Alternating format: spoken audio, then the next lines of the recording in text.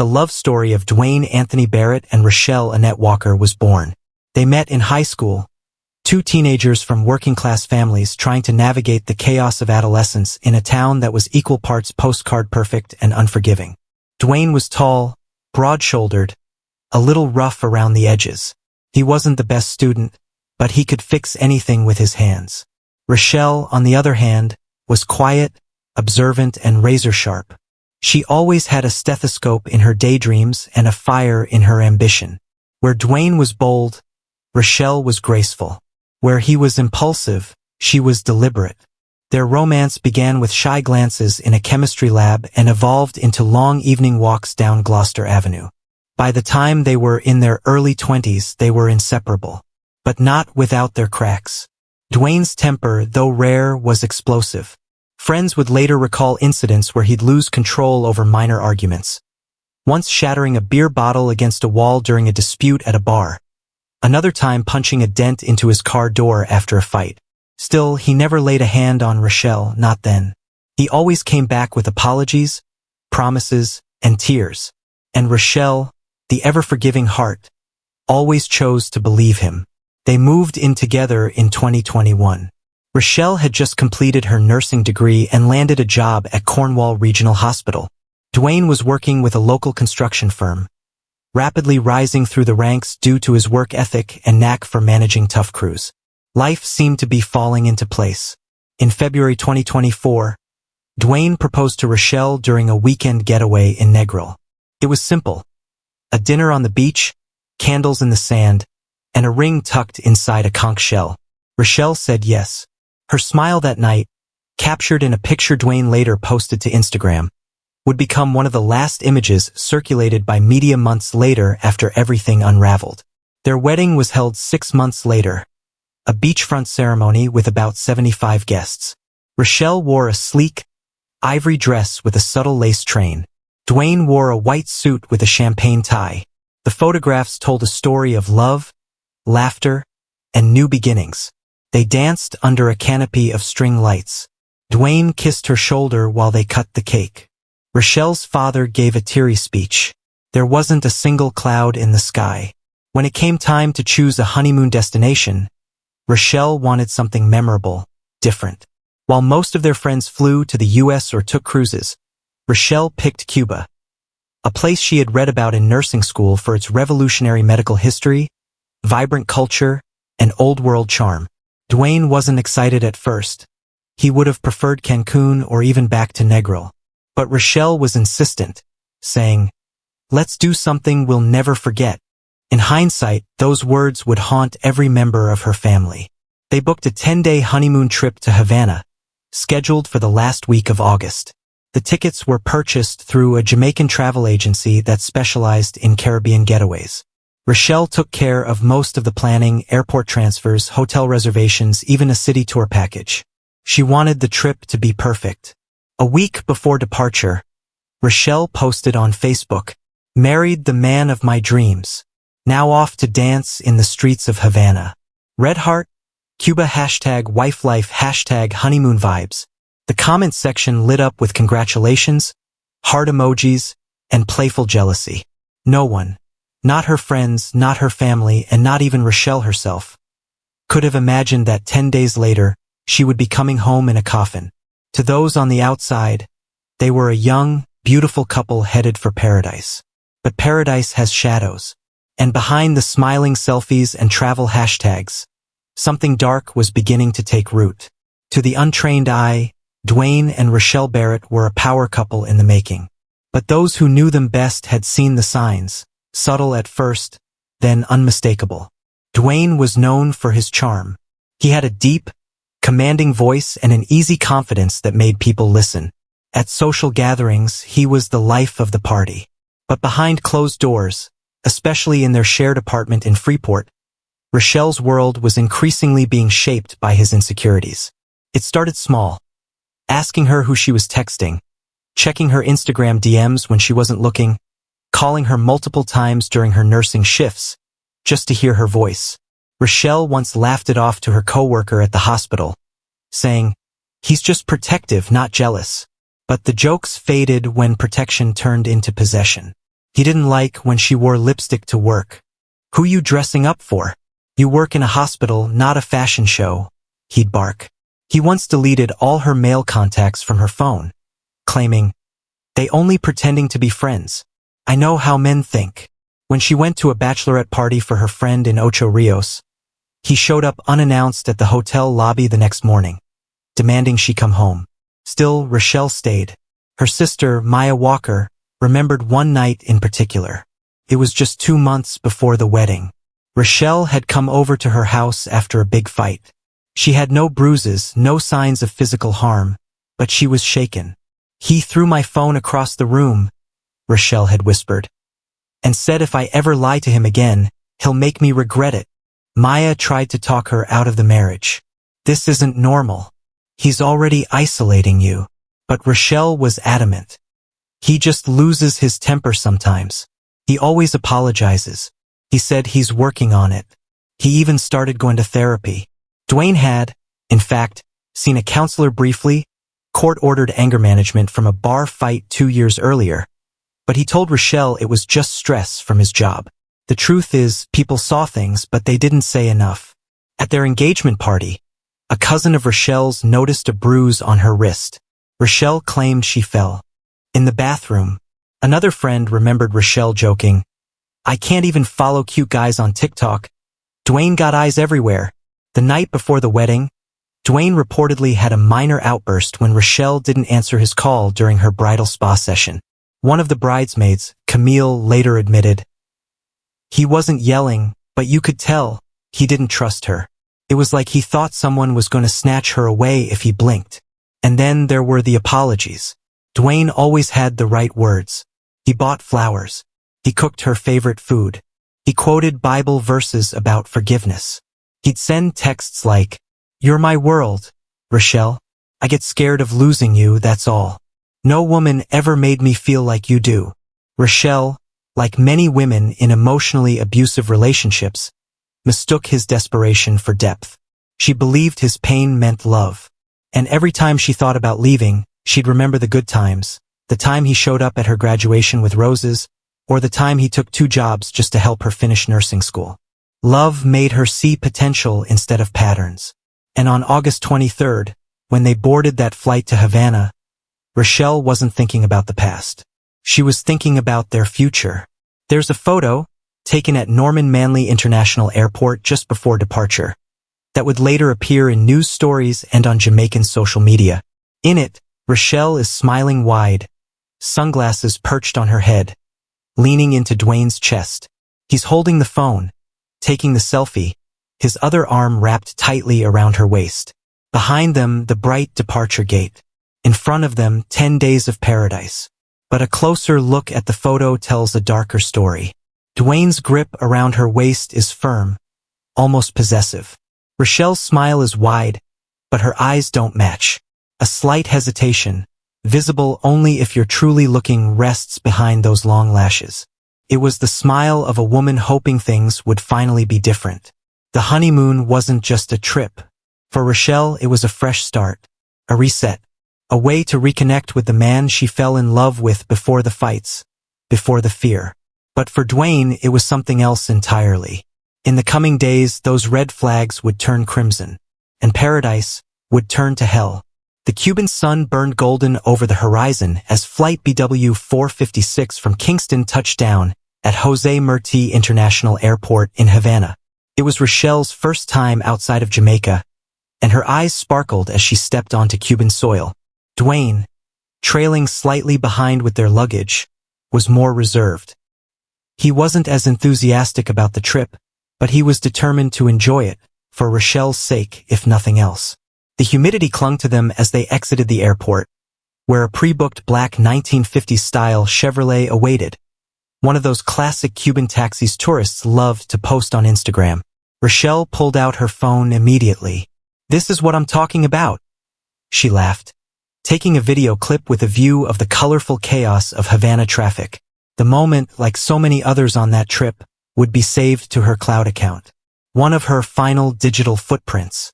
A boutique-style luxury hotel nestled just a few blocks from Havana's historic Plaza Vieja. It was an elegant colonial-era mansion turned modern hotel, arched windows, black and white tiled floors, and a rooftop pool overlooking Havana's colorful rooftops. Rochelle had picked it specifically for its romantic reviews. At check-in, Rochelle spoke to the receptionist in her best Spanish, smiling as she practiced lines she had memorized from an app. Dwayne, disinterested, leaned on the counter with crossed arms, scrolling through his phone. They were escorted to room 208, a spacious suite with a private balcony, a freestanding bathtub, and a king-sized bed dressed in rose petals. On the nightstand was a handwritten welcome note that read, "Bienvenidos, Señor y Señora Barrett. Feliz luna de miel." Rochelle squealed with delight. Dwayne smiled, but his eyes flicked toward the hotel staff member a beat too long as the man helped Rochelle with her suitcase. Later, the bellboy would say something that stuck with investigators. "The husband kept watching me like I was going to steal her." For the first 3 days, it seemed like everything was going well. Rochelle posted photos to her Instagram, a mojito in hand at La Bodeguita del Medio, a slow dance with Dwayne beneath fairy lights at a salsa club, a selfie of them on the Malecon, the sea breeze whipping through her hair. Her captions were cheerful. "Cuba is magical. Cuba woman dancing medium dark skin tone sparkles. #honeymoon love. Married and miles from stress. Just us." But Rochelle's private messages told a slightly different story. To her best friend, she texted, "He's being sweet, but moody. Like really moody. One minute he's kissing me, the next he's sulking if I talk to a waiter too long. I feel like I'm tiptoeing."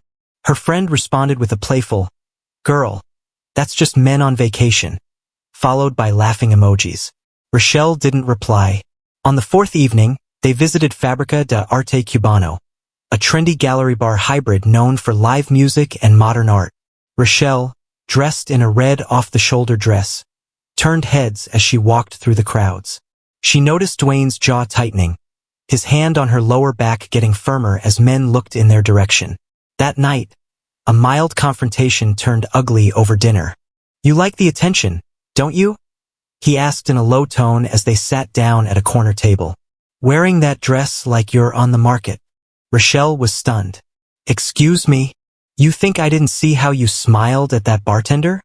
She paused, trying to keep her voice calm. "I smiled because he gave me water, Dwayne. Are you serious?" His knuckles tapped the table. "Just remember you're a married woman." That night, Rochelle didn't sleep in the bed. She took a blanket and curled up on the couch in the corner of the suite. According to the cleaning staff, she had rearranged the couch cushions into a makeshift bed the next morning. The bed itself looked untouched. Still, in public, she played the part. She wore her ring, posed for pictures, held his hand. But something had shifted. The sparkle in her eyes, so radiant on day 1, had dulled. By day 5, things had become tense enough that even hotel staff took notice. Elena, one of the receptionists, remembered Rochelle stopping by the front desk alone. She asked about places nearby she could walk to by herself. Elena later told Cuban police. She said she needed some fresh air and wanted to be around people. When I offered to call her a cab, she said, "No, I'm just trying to stay out of the room for a while." Dwayne, meanwhile, spent most of the day in the hotel, either in the gym or sitting in the rooftop lounge with a drink in hand, watching guests come and go. Staff recalled he barely smiled. On that same day, Rochelle booked a solo half-day excursion for the following morning, a heritage walking tour of Old Havana. She said Dwayne wasn't into history, so she would go alone. The tour guide's name? Emilio Rivera. He would become the final stranger in Rochelle's life. August 28th. It was their 6th day in Havana. By now, the excitement of honeymoon bliss had faded. The city was still beautiful. Its music still alive, its food still flavorful. But the Barretts were no longer in sync. What had started as subtle tension now boiled beneath the surface. Every conversation felt like it might ignite. Rochelle moved through the day with cautious energy, smiling for photos, but glancing often over her shoulder, always checking Dwayne's mood like one checks for storm clouds on the horizon. That morning, Rochelle dressed in a white sundress and sandals. She put her braids in a high bun, wore light makeup, and packed only her phone, wallet, and a bottle of water in a small sling bag. Dwayne was still half asleep when she kissed his forehead. "I'll be back by lunch," she said gently. "Just going to walk and take some photos." He mumbled something unintelligible, pulling the sheets over his head. Outside the hotel, Emilio Rivera, her Cuban tour guide, greeted her with a bright smile. Emilio was a 32-year-old Havana native, tall, tan, and fluent in English. He had the charisma of a performer and the warmth of a friend. For hours, he walked Rochelle through the cobbled streets of La Habana Vieja, showing her the city's oldest cathedrals, hidden alley murals, and cigar shops still run by old revolutionaries. They laughed, took selfies, drank guarapo from a roadside stand.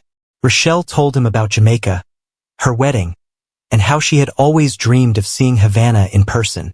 What she didn't tell him, at least not right away, was that she was running from silence, from tension, from someone she loved but no longer recognized. It was Emilio who later revealed a crucial piece of evidence. During a rest stop at the Calahonda Hamel, a famous Afro-Cuban art alley, Rochelle excused herself to check her phone and sent a message to her best friend back in Jamaica. "With a tour guide. He's cool. Honestly, just nice to breathe again. Dwayne's been weird all week. Real possessive. I just needed a break for a few hours." That text would become a timestamp in the unraveling of her final hours. That evening, Dwayne and Rochelle were supposed to go to El Danzon, a popular rooftop salsa bar known for live music and mojitos. Rochelle arrived first. She was upbeat but guarded. Dwayne arrived 15 minutes later. He was stone-faced. According to security footage, he didn't greet Rochelle with a kiss. He simply sat, ordered a drink, and asked her, "You enjoyed your day?" She nodded. "With him?" he asked, eyebrows raised. Rochelle sighed. "Don't do this here." He leaned in closer. "You walked through a strange city with some Spanish-speaking man, and I'm just supposed to act normal?" Emilio was a licensed tour guide, Dwayne.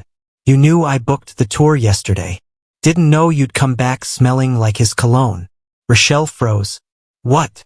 The argument escalated rapidly. Witnesses at surrounding tables recalled hearing harsh whispers, then raised voices. "You think I'm stupid?" Dwayne hissed. "You think I don't see how you look at other men?" A tourist couple at the next table caught a brief clip of the confrontation on their phone. In the video, Dwayne is seen pointing a finger at Rochelle, who appears visibly shaken. She picks up her purse and storms off, leaving him behind.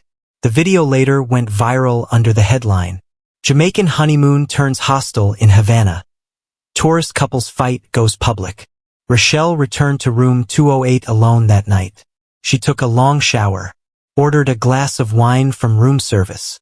She didn't respond to Dwayne's calls for nearly an hour. When he returned, it was after 1 a.m. What happened next is pieced together through hotel surveillance, keycard data, and the statements of hotel staff. At 1:09 a.m., Dwayne is seen entering the hotel lobby alone, wearing a white t-shirt and jeans. At 1:11 a.m., his keycard is logged at the door of room 208. No one leaves that room again until 2:37 a.m. During that 86-minute window, something terrible occurred. Guests in the adjacent rooms reported muffled yelling. One heard a woman shout, "Just let me go!" Another heard a loud crash. Likely the glass vase later found shattered near the balcony door. But no one called hotel security. Because tourists fight all the time. People argue. And what's a little shouting behind closed doors on a honeymoon? It was only in the morning that the screaming stopped.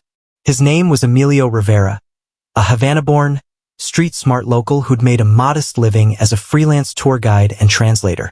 He wasn't officially employed by a government agency but had built a reputation among travelers for being charming, knowledgeable, and, most importantly, safe.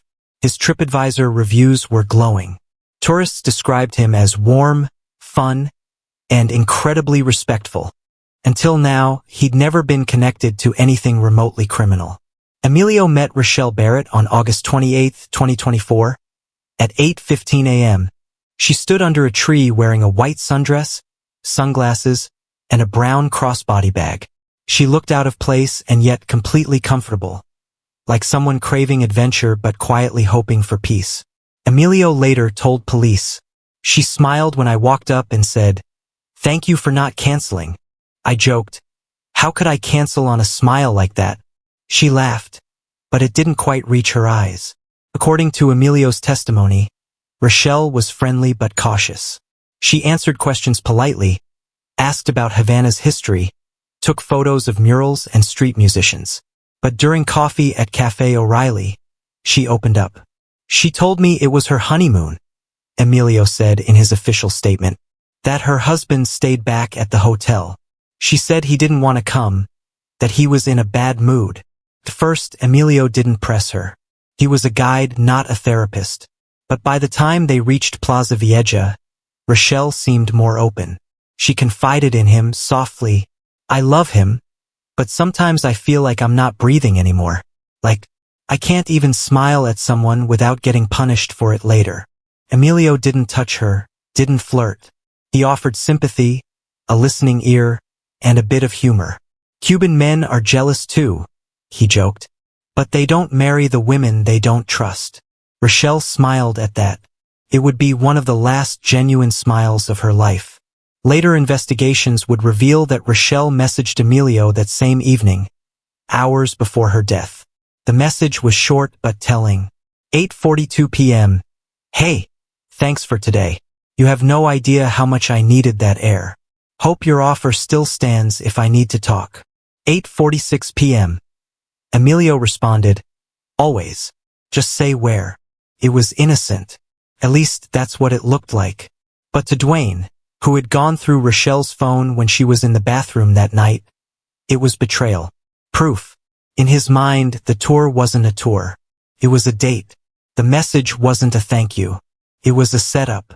That night, Rochelle tried to explain. They argued again. According to the coroner's timeline and the angle of bruising around her wrist and upper arm, it became physical for the first time in their marriage. Her body showed signs of struggle. Defensive wounds on her hands. Scratches on her chest.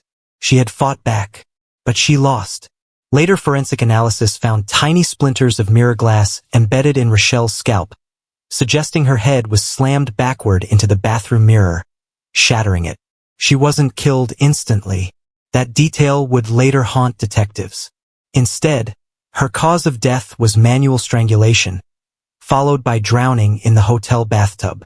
The autopsy revealed submersion injuries to her lungs and water in her stomach, indicating she was alive, barely, when her head was forced beneath the water. The timeline became clearer. 1:11 a.m. Dwayne enters the hotel room. Sometime between 1:15 and 2:15 a.m., the murder occurs. At 2:37 a.m., Dwayne Barrett slipped out of Hotel Palacio de los Jardines through the staff exit, wiping his fingerprints off the door with a towel. He carried a small backpack, Rochelle's phone in his pocket, and wore a stolen baseball cap. Security footage captured it all. Hours later, at 7:45 a.m., housekeeper Ana Maria Ortega entered room 208. What she found would haunt her forever. The water was still in the tub, she told police. Her eyes were open, blood on the towel rack. No wedding ring. The room was in disarray. Broken mirror, bloodied towels in the trash, a shattered wine glass. Rochelle's phone was found in the toilet tank. Most damning, Dwayne's fingerprints on the tub and her blood under his nails.